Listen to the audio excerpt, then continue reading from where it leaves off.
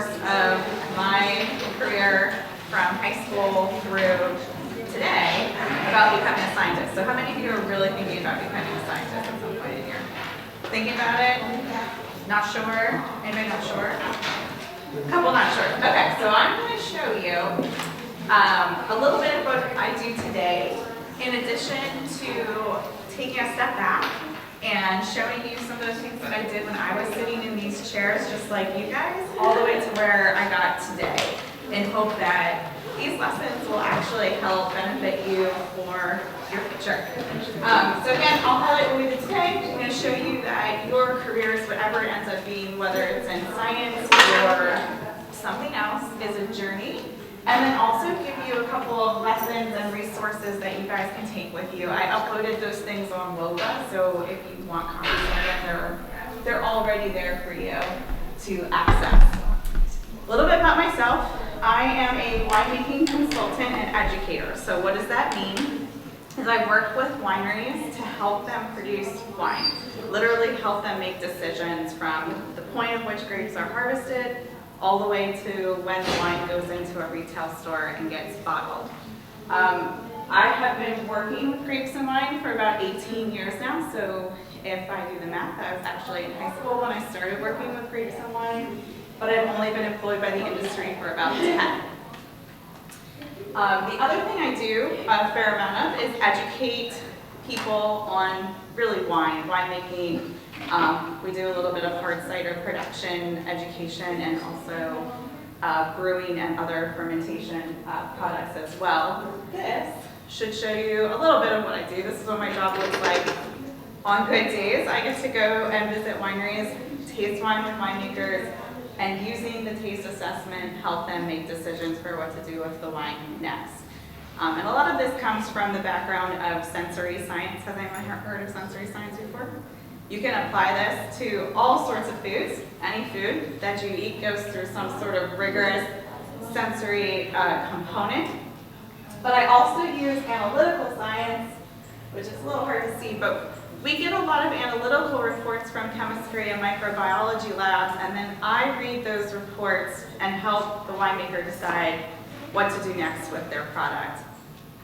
One thing that I'm going to touch upon with some of these lessons is a lot about writing, so learning how to write, learning how to communicate scientifically, but also to anybody. And I do a fair amount of writing today, which is what this shows. I still actually use a blog. Do you guys know what a blog is? I'm not outdated, right? You know what a blog is? So it's online, right? It's like a wiki sort of thing. It's like a wiki sort of. Yes. Yep. So it comes out every other week, I think I publish a little report. And I really focus on topics that are related to science and wine for the business to help educate people that may not have a science background on how to become more familiar and use science to their advantage when they're making wine.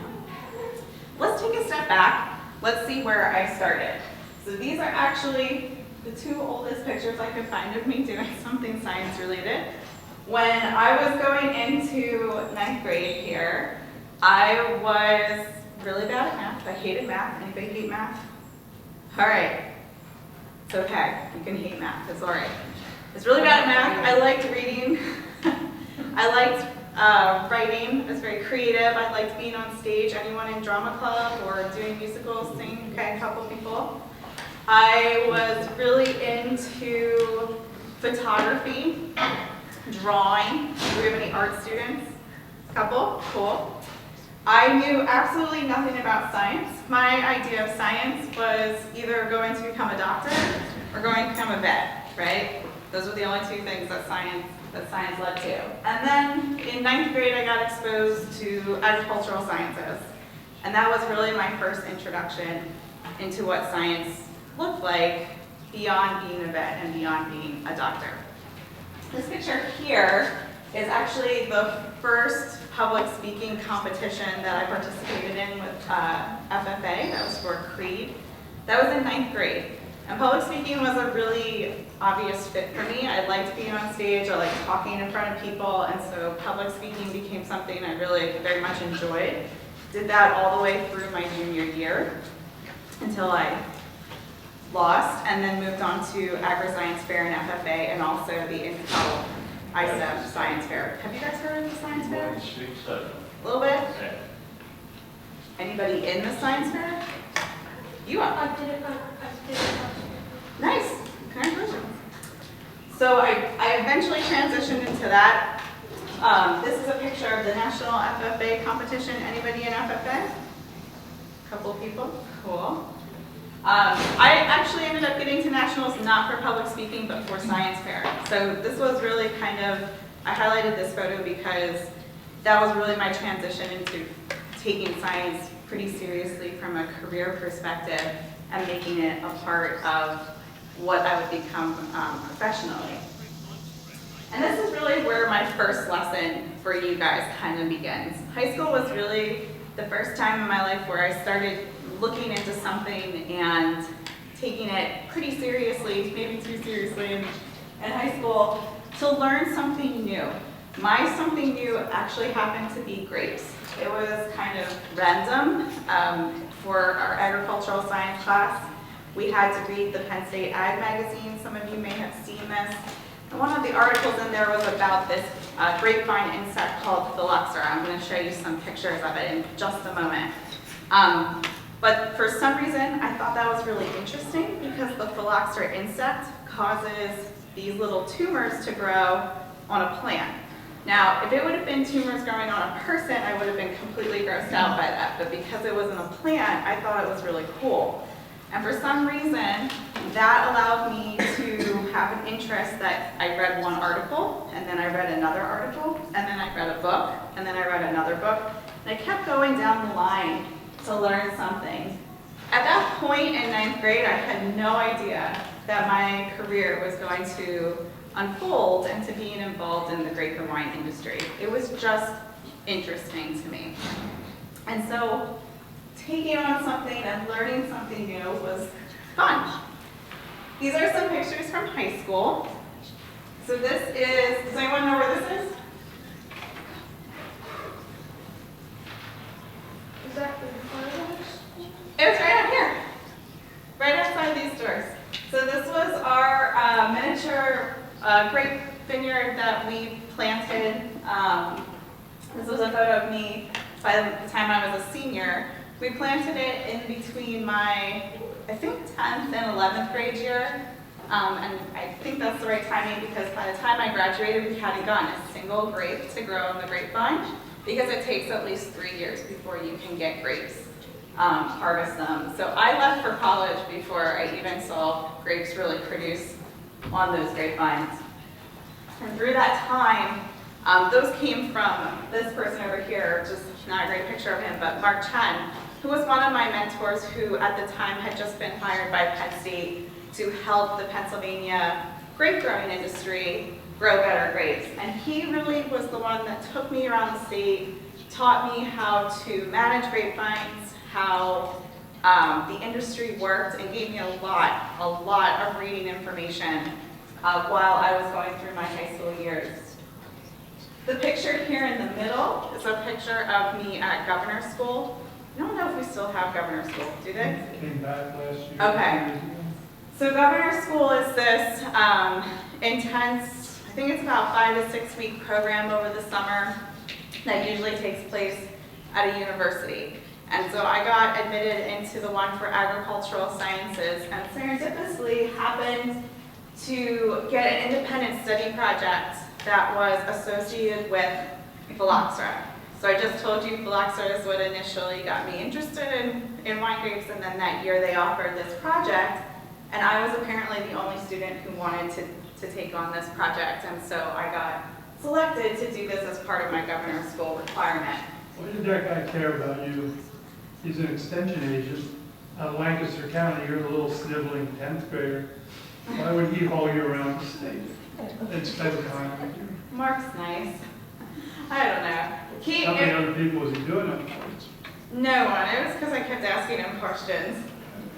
I didn't actually start asking him questions. I had initially emailed one of his colleagues, Kathy Demchak, who is still Penn State's small fruit specialist. And at that time, that was the only person in Pennsylvania that could answer questions about grapevines. And I was working on a project here on growing grapevines and tissue culture. And eventually she just said, Mark arrived, he's gonna answer your questions from now on, because she didn't have the grapevine aspect, the knowledge to answer a lot of the questions that I was asking. And because of what we were doing, I think he thought it was pretty incredible, and I probably annoyed him a lot as a high school student. I just kept asking him different questions, asked him for resources, and I would take the time to read about 40% of what he gave me, because he gave me a ton of information. But and we kept in touch, and that will be one of my lessons later on. So this is a little more sciencey. I'm sorry they're a little dark, but this was on my phylloxera project. So in ag here at some point, if you guys want to see this photo more clear, we should see it on the computer over here. But I turned all the lights off. perfect, thank you. I'm not sure if it will. This is a photo I actually took here in the high school. Phylloxera is an insect that attacks both the leaves of a grapevine and the roots. It has that dual function. When it attacks the leaves, if you can imagine my hand's a leaf, the insect will inject its mouth parts into the leaf, and then this gall, or this tumor growth, forms around the insect and creates kind of like a cave around the insect. When the insect actually attacks the root of a grapevine, again, it sticks its mouth parts into the root, and then the gall comes as a swelling of the root. So instead of forming the cave, it just sort of swells up like a big bubble on an otherwise straight root, which I have a picture to show you. The leaf phylloxera you can find anywhere. We found these, I think, in my backyard on native grapevines that were growing on the edge of our yard. And so I sliced open the gall and managed to not kill the insect inside. The insect's actually here, and it's still stuck in the leaf part at that point, and then surrounding it are these little miniature eggs. There's like 100 eggs in there that will eventually become baby phylloxera, and then they'll emerge from the gall and go and create their own on the leaf. So this I took in high school just out of a curiosity, and I stuck this photo up here because one thing that we noticed was that the galls had all of these little hairs surrounding it. So if you ever look at leaves, a lot of them have hairs on them, or a very smooth, waxy surface. In this case, grapevines have little hairs on them, but when there's a gall, it gets a ton of hairs surrounding that gall. I put that in as a reference because in governor's school, I was able to actually work with the electron microscope and look at phylloxera and the galls that it was creating on the leaves for the first time ever. It was just a random opportunity that we had, and I was lucky enough to be able to be a part of that. And when we finally got to look at the leaves under, or these galls under the electron microscope, you can see just how many of those little hairs, they're called trichomes, are all around the gall. This is an insect that got frozen inside the gall, so we actually ended up cutting off its feeding site. But because of how you prep samples that go in for the electron microscopy, you basically freeze a sample, and so the insect got frozen inside the gall and then desiccated. So it looks a little different than this one. And this was cool because even though we can't really see the details here, it confirmed the cell morphology that was already known in research literature associated with the phylloxera. So what do I mean by that? This is a slice. So again, my hand's a leaf. We just took a slice of a leaf that had some galls on it. Very thin slice. This right here would have been the feeding site for the insect. And then all of these plant cells around it are very swollen and condensed. That's a physiological change that happens to the plant when the insect starts to feed. And then to form the gall, it causes this huge expansion of plant cells so that the leaf kind of expands itself to form that tumor, that cave around the insect itself. So this was known in the scientific literature, and then this confirmed that cell morphology from an electron microscopy level. Denise, can I, Yes. can you go back to that slide a second? Sure. One thing before she moves on for all of you, the figure on the left, that's histology. That is what the workshops will be on tomorrow. So you can do histology with plant tissue, just like you can do it with human tissue. Tomorrow you'll be learning on human tissue, but all of the same stuff applies, and you can do all of that down in F103. So I'm going to get an image like that. The other thing to point out, if you notice on all of her microscopy here, you see where she has a scale bar? Oh yeah, That tells you. there's some of it. That's important. Yeah. Thanks. Sure. So these are a couple more of the electron microscope pictures, because I don't think we actually published a lot of them. This was me, so I would have been coming out of my 10th grade year. This was the prep work for the electron microscope. Electron microscope's a little different than the microscopes you guys will work with. It took us 3 weeks to prep a sample to go into the electron microscope, so it's a process. And I don't actually know those details anymore because that's not my field. But these are a few more electron microscope images. So again, we have another funky looking desiccated phylloxera who's still stuck in the leaf here. More cell morphology. These are individual regular plant cells, and just to show how detailed electron microscopy is, you can see the individual organelles or the individual parts that make up the plant cell. This is a mommy phylloxera, so here's her mouth parts. That's the part that gets stuck into the leaf when she gets ready to feed, and then a baby phylloxera before it's fully mature down here in the corner. And this I put up just because I thought it was interesting. This is inside a plant cell. Again, it's hard to see, but it's a pile of crystals inside a plant cell, which is actually I think it's called calcium oxalate, and when calcium oxalate forms in a plant cell, it's used for some of the organs in a plant cell, it forms crystals, and so we actually found this picture of calcium oxalate in its crystalline form just looking at electron microscopy. This was a really intense, it was an observational study. We didn't have a pure hypothesis. We weren't testing a pure question. We were just looking at what the cell morphology looked like under the electron microscope to compare it to what was currently in the literature. But I told you already, it took 3 weeks to prep these samples, and probably my project for that summer was one of the most intense projects. And so every hour that was associated with, they called independent study research time, I was actually working at the lab, working on this project with a graduate student that works with me. And that's really where my second lesson kind of comes in. I didn't realize it at this time in my life, but as I've gone through, it makes more sense to me when I think about my career and how it's changed over the course of time. And that is when you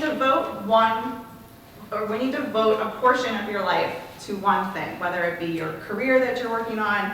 Anybody play sports? A couple people. So can you play sports and also read a book at the same time? No, right?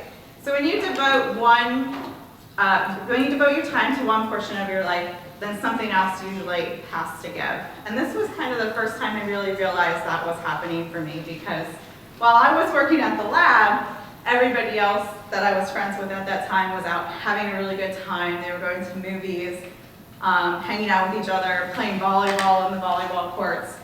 And so you just always have to keep that in the back of your mind. That would be my advice to you. When you devote some time, when you want to get really good at something, it's going to pull away from some other things in your life. Not always for better or for worse, but it happens. Another example of this with my life now is we have a very intense seasonal harvest season. So our harvest season is from about mid-August until the end of November. And so through that time, I'm usually working 7 days a week, and to this day, I'm in my mid-30s now, my family still doesn't understand that I'm not available on a Saturday afternoon in October.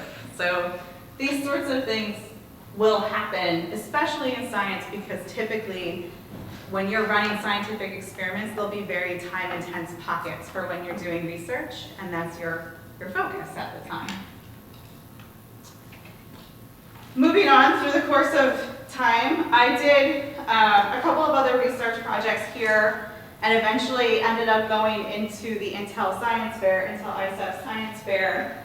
I won the state science fair competition for Best of Show, and then ended up going to the national competition later that year to represent Pennsylvania. I think I was one of, I want to say 16 or 18 different high school students that get to go from the state of Pennsylvania at that time. Now, if you get to go to Intel ISF, depending on the level of your project, I knew walking in that my project was cool and it was awesome, but I wasn't going to win that competition when I saw who I was up against. And so I just took advantage of whatever opportunities they had for us there. It's something, I didn't include this as a lesson, but it's something to keep in the back of your mind that it's not always about winning. Sometimes it's about being a part of that journey and getting some experience from going through the process. Even though I didn't win anything from that national competition, I got an incredible amount of scholarships for college just for going through the scientific process. The wine grape community actually ended up giving me a scholarship, and so there was still some benefit to that. And furthermore, my paper was recirculated from Mark through the wine industry, through his network. And from that, this company here, Lululemon, ended up hiring me for a summer internship in between high school and college. And so... Wait a minute. 9/11 hit somewhere in here, right? Yeah, Sophomore year? No, it hit right before that. Her paper gets published, plus Jen is running around the loop. These guys are in California, right? They are based in Canada, it's their headquarters. All right, so they see her thing online, they also see it on a bulletin board. This is the real contact, I guess. The guy read the thing, went down the hall, and that's how she got offered a trip to Europe. Yeah. But her mom wasn't crazy about her jumping on a plane after the trade centers went down. There's a lot of fear then, right? So you went against all that fear and jumped to Europe in what grade? This was after my senior year. It was right before college. So yeah, they're based out of Canada. They are a company that manufactures ingredients for food. One of the food items being wine. And so the person that saw my paper on a bulletin board was in California, where their US office was based. And Mark had distributed the research paper from this competition, and they printed it out for their employees to read on their employee, bulletin board kind of thing if you wanted to read it. It was updated with some of the new scientific research that they were all focusing on. And from that, the top technical rep offered me this internship experience at their R&D center, which was in France, Toulouse, France, which is right near the border of Spain and France. And so I was 18, and I got on a flight to go to Paris, and then from Paris to Toulouse. And I didn't know how to speak any French whatsoever. But I went anyway, because the guy that hired me reassured me that in the scientific community, and this is pretty true, everyone speaks English. And so there is a lot of interaction, despite what country we may be from, in terms of communicating and collaborating, because the scientific community focuses on publishing in English. And so I went, and this was probably the most exciting opportunity of my life, but I'm not going to lie, it was also the scariest opportunity of my life. So I think you said you were close to 18, right? How old are you? 16. You're 16? And how old are you? 16. So would you jump on a flight and just go halfway across the world, you guys? Probably? Yeah, where would you go? You don't know? What about you? Probably not. Probably not, because it's scary, right? Yeah. It's scary. I had to fly into Paris and figure out how to get from Paris to Toulouse in French, and I didn't know French. But I went. And there was a couple of other things that I learned along here, like being alone and internationally traveling is a little bit challenging. It's a little bit scary. There are real safety concerns you have to think about when you're young, alone, and traveling. I didn't have any friends. I didn't know anybody when I arrived. In fact, the person that picked me up from the airport could speak about this much English, and I could speak this much French, and she held a sign that just said Denise Gardner on it, and I jumped in a car with a complete stranger, and she took me to my dorm room, which I was living at for the next 6 weeks. And we learned to communicate through drawings and pointing at things, but those it's scary. It takes, courage to kind of overcome those differences. I was paired with Corinne, who's over here. She was my mentor. She's the one that taught me the lab techniques and how to get through the next 6 weeks. I'm sorry, I don't have a lot of photos from this because we weren't allowed to take photos in the research lab. But luckily I got along with Corinne amazingly, and she's about 10 years older than me. So a little bit older, and actually all of them are about 10 years older than me. And we ended up being pretty good friends. Ronnie and Natalie are also in that photo. We became really good lab mates. And then on the weekends, they helped me tour around France because I had no car, I was 18 years old, I didn't speak the language, they didn't want me out and about by myself, all of those good things. So really exciting experience, definitely learned a lot from a practical standpoint, but also got some experience really using science in an application setting. So instead of just doing a research for the purpose of doing research and exploring questions, we learned how to do questions that were focused towards a specific goal. I graduated, so I did end up graduating high school, and I ended up going to college. So I took that internship in between there. And this first step into college, my freshman year, was actually kind of a challenge for me because your freshman year, when you go to college, is taking general science classes. And they're great. They're going to teach you the fundamentals, the background associated with whatever scientific field you go in. But there's so much information in those classes that they actually call them weed out classes for short. And it's to really see who has the stamina to stay in science and who's going to get intimidated and probably go somewhere else. If you get intimidated and go somewhere else, that's okay. There's other things for you. Or you stick with it, you take the C+ and you move on to the next course. This was really where I learned, though, that science is not straightforward. I think you have the advantage here, being a part of a program like this, where you learn the real scientific process. You form a hypothesis, you test that hypothesis. The results of your experiment are completely unknown, right? When you go to college, your first 2 years, they're going to set up a lab for you. You're going to follow instructions called protocol. And at the end, the result always comes true. Except in OChem, it never comes true in OChem. That's besides the point. And I kind of took this for granted. I remember going through my freshman year and being like, this is simple science, because I had gone through all of these other research opportunities that showed me how science was actually being applied at a much deeper level. I never realized how important this was until I started mentoring students. And when I first would walk them through the scientific process, when we would work on a real project, there were a lot of days where I was, handing tissues over to people who were upset because their experiment wasn't working, or they weren't getting results, or they dropped a sample and now they couldn't actually get the results that they needed. And this is just my reminder to all of you to say, that's science. Sometimes you are going to drop the sample and you have to start again. Sometimes you will spend months at a time working on something, and at the very end, come up with no results, no change. But it's okay, because we are exploring things that we don't know, and you always learn something from that process. So try not to be the person that needs the tissues. Try to just take the lesson and start again.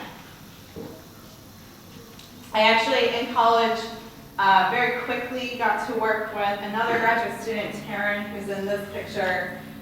She was actually a graduate student with the advisor I worked with at Governor's School, and he connected me to her because she was working on a project in California and needed help. And so I got hired to help her, assist her in California working on this grapevine project, which is down here. Essentially, she was looking at root morphology of grapevines and how they respond to water, getting watered. These tubes are called mini rhizotron tubes. They go so far into the soil, I think it's about 3 meters. And once they reach a few centimeters into the soil, the tube is actually clear so that you can stick a camera, which was like another tube that fit inside those tubes, and you could incrementally move the camera down the tube and take photos of the roots.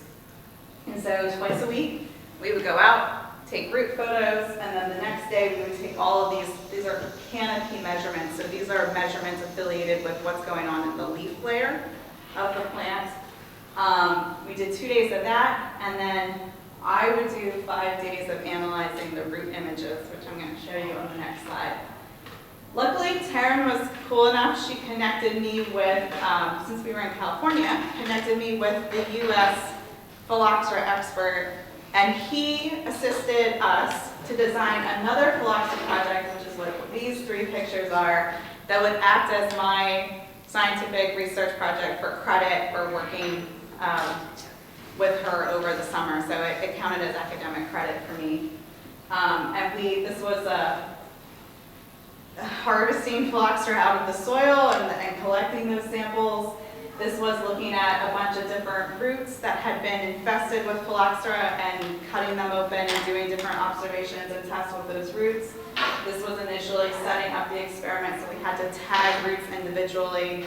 Then we put the soil back on top of it, and we would harvest those roots, I think, about a month and a half after we started the experiment. But the bulk of my summer was doing this. I literally sat in a lab.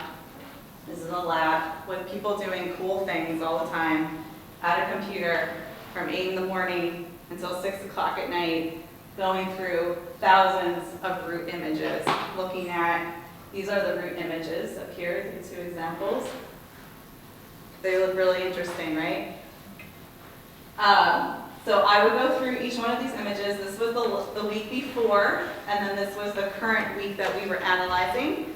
And I'd have to put a bunch of measurements on the screen to analyze how big the root was, how wide the root was, if there was any phylloxera in the soil. So these little dots up here, those are phylloxera that are in the soil. If the root died, if a new root formed. So I tagged it with this program, and then I had tons of papers because I had to write down each change in observation for that week, and then take those papers and put them back into a computer system once I would get through a complete set of root images. We took, I think, 40 vines of root images a week. I was there for 3 months.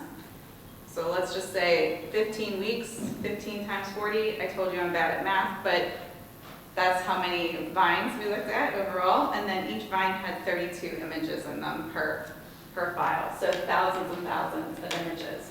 And this was boring. This was absolutely the most boring thing I ever did for science related stuff. But I did it, and I stuck with it, and it actually ended up providing me with a ton of income, not a ton, but it provided me with income over college. So because I was one of the few students who would actually sit there and do the detailed work for her, she paid me up through my senior year of college to come in and continuously keep doing this for her, which provided me with some extra income through college. Furthermore, because I did all of the data analysis, I ended up getting on her paper, which was great for me because that ended up being my first peer-reviewed scientific paper before I graduated from college, which is unheard of. She wouldn't have to do that either since she paid. What's that? She wouldn't have to It depends on the advisor. If they have technicians working on data, they almost always will put them on the paper. But because I was an undergraduate, most people would have overlooked you, and she was very kind in including me in that. But my lesson in this is sometimes science is boring. I can show you all these really cool images of things that I've done, things that you will do, but you might have moments like this. It might not be looking at root images. It might be setting up a chemistry experiment that takes 72 hours to actually complete. That can be kind of boring. It could be writing. That could be boring. So it's not always exciting. And I think I'm going to tell you a little bit about some of the book recommendations I gave you if you're interested in learning more about just science in general. But I think you'll hear that echoed from a lot of people that work in science. There's a lot of dips and there's a lot of mountains. It's just part of the process. I worked on a couple of other things in college, but eventually I did graduate and I moved on to graduate school. And graduate school was where I made probably a very clear distinction. I stopped working with grapevines, sort of, and I moved into wine. So I majored in food science. I minored in horticulture in college. And I did that kind of at Mark's recommendation. Mark had always said there was more opportunity in winemaking, more so than in grape growing. And I wasn't sure at that time if I really wanted to be in academics, if I wanted to be a professor. And so I also got a scholarship from Penn State Food Science, and so that kind of directed me to go more on the winemaking side, even though my entire background had just been in grapevines and plant growth. And it ended up being okay. And then for graduate school, I worked primarily with just wine. I focused, even though I was in food science, I focused on wine-related research. But it did have this grapevine component. My projects were looking at aromatics, so things that were given off by the grapes or given off by the wine that we can't see, but they give smells. And so unlike most graduate students that go for a master's, typically what happens is you go in your first year, you get to take a semester of classes, you meet your advisor, and you spend that first full year of your master's program designing an experiment that you're going to run the second year and graduate by the end of your second year. I went to graduate school, walked in, and we had the grape harvest coming up, which means that you have to start your research then. And so my research was somewhat planned for me going in. I had been in communication with my advisor over the summer. We were coming up with my project. And so I literally walked in, and the first week I was out in the fields working on data collection. I was getting trained on how to take data collection the very first week of graduate school. And I actually was the only one of our group that I missed classes all the time because I was driving to vineyards that were 3 or 4 hours away to collect data because that was the only time we could collect data.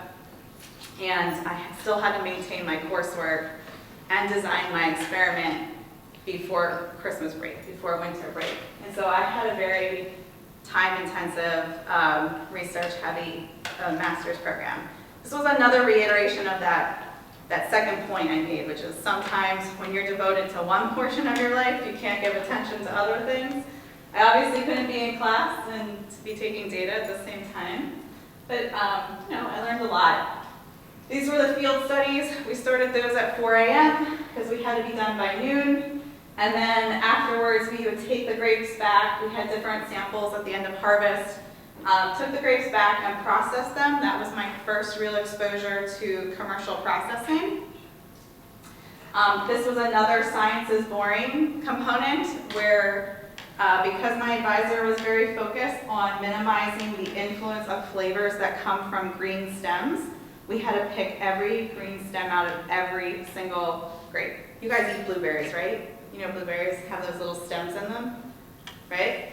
I had to pick each one of those out of a grape that came off of our processing equipment. So we would sometimes do this for 8 or 9 hours. It was long, sometimes boring. But we would process it, it got made into wine, and then I was able to analyze the wine. This is the unit that I was using. This was the tool. It's called an electronic nose. It's not really that spectacular, but it measures the gas in a specified space. And so this was measuring the gas above the wine. This is measuring the gas that was collected inside of those bags, just to see how the aromatics were changing. And that was the bulk of my graduate research, applying that tool to a bunch of different settings. In your whole run, did mechanics ever get in your way? Mechanics? Lab mechanics, just mechanical, having to learn mechanics. Well, yeah, I mean, 50% of the time, kids screw that up and they get scared away. yeah, I had to learn, you mean like how to run equipment? Yeah. Yeah, I had to learn, I was supposed to do HPLC analysis, the SPME GCMS, and the electronic noise analysis and sensory. So those are 4 really big tools associated with analyzing the, what we call volatile or the gas component, the aromatics. And I literally just ran out of time. I never learned HPLC because the SPME analysis, the electronic noise, and the sensory just, I mean, it took up a lot of time, plus the field work, all the stuff we were doing in the field. Plus the processing, and then the chemistry component. So yeah, but that was a really, I don't think that's normal. Even,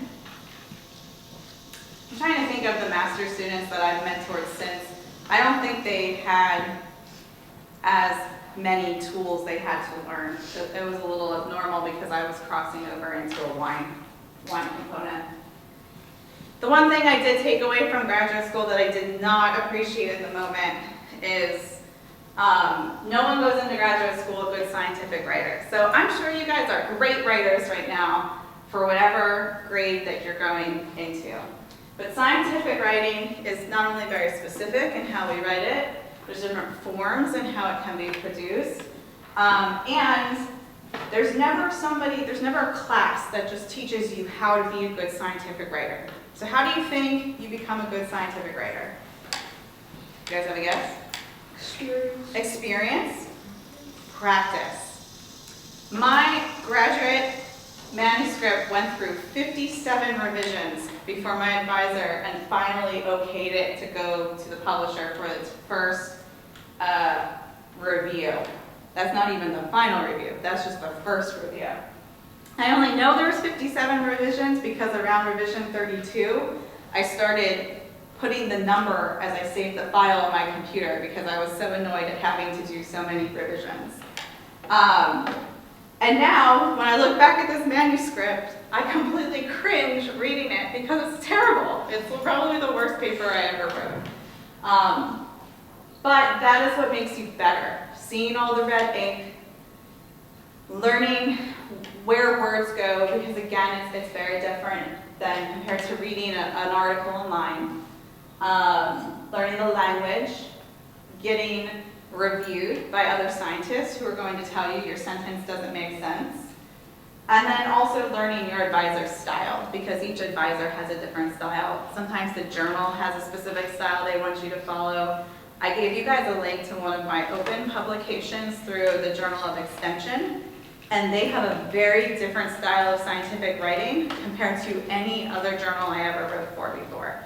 And so that article, even though it's short, took me a long time to write because I had to learn their style.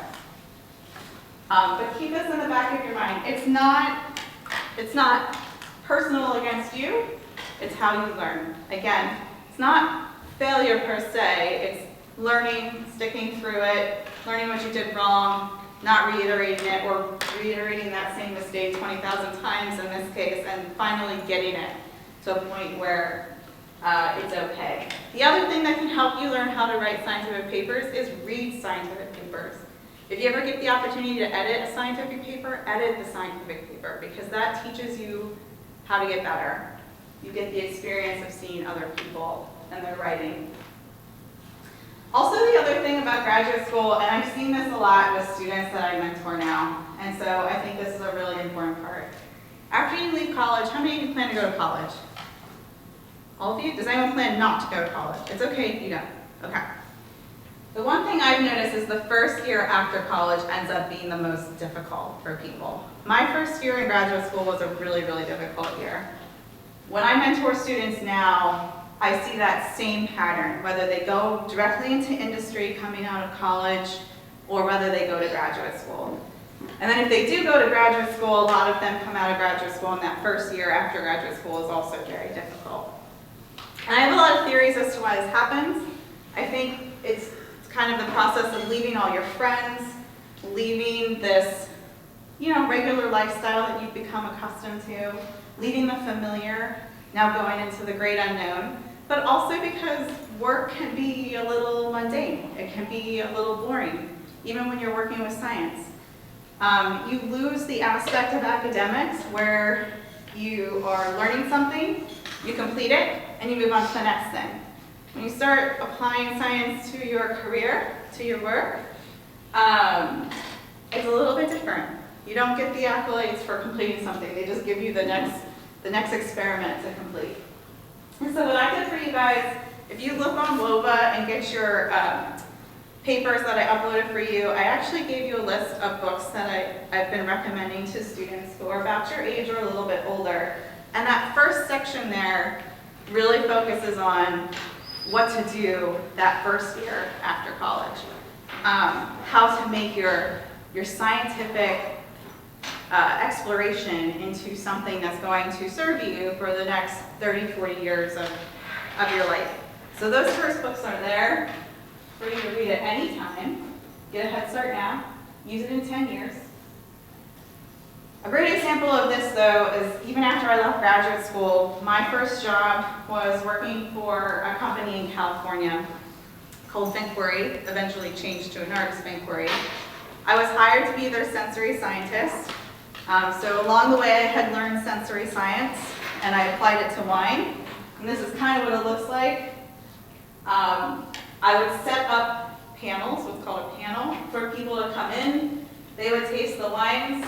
They would make some observations here, and then I would analyze those observations, create a report, and give somebody an answer based on whatever that experiment had been. That was a lot of what I did. The other part of sensory science that I did with wine was cork evaluations. So this is a champagne cork here. The very tip of it is suspended into a solution. I made up this solution. It sits in there for 24 hours. After 24 hours, I would take all these corks out, cap the glass, hire a group of people to come in, smell the air above the glass, and they would mark, there's a little number on each one of these glasses, they would mark if a glass smelled off. And then I would analyze the incidence rate of it smelling off to give people a quality assessment for that lot of corks. It's interesting, it has application to the wine industry, but it was a little boring. And I actually didn't really like my first job. I thought it was pretty dull. I wasn't stimulated, I didn't get to do a lot of activity. And because of that, I was a little unhappy in my very first job that I thought I would be in for, 5 years of my life. So this is my general reminder to let you know that your first job doesn't have to be your dream job for the rest of your life. Now, even though I was unhappy, there's a secondary component in this, in that our company got acquisition within the first month that I was working there.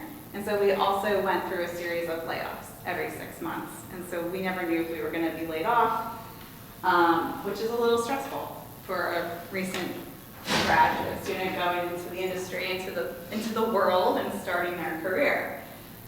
But I didn't give up, and I think that's really what you have to do.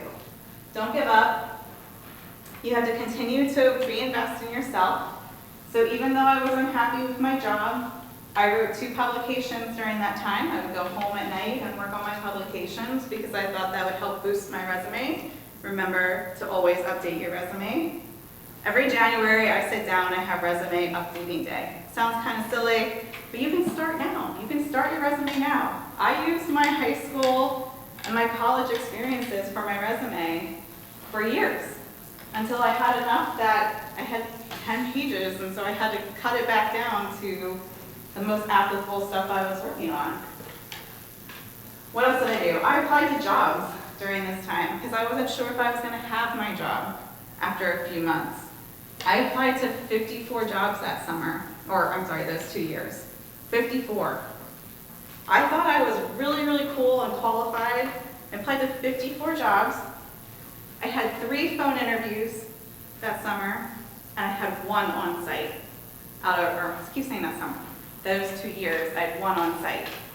I mean, that's not great odds for me. It was really frustrating, but I learned a lot of lessons in that as well. I learned how to write my resume better. So I heard resume writing is offered, right? That's what I heard earlier this morning, right? They do resumes.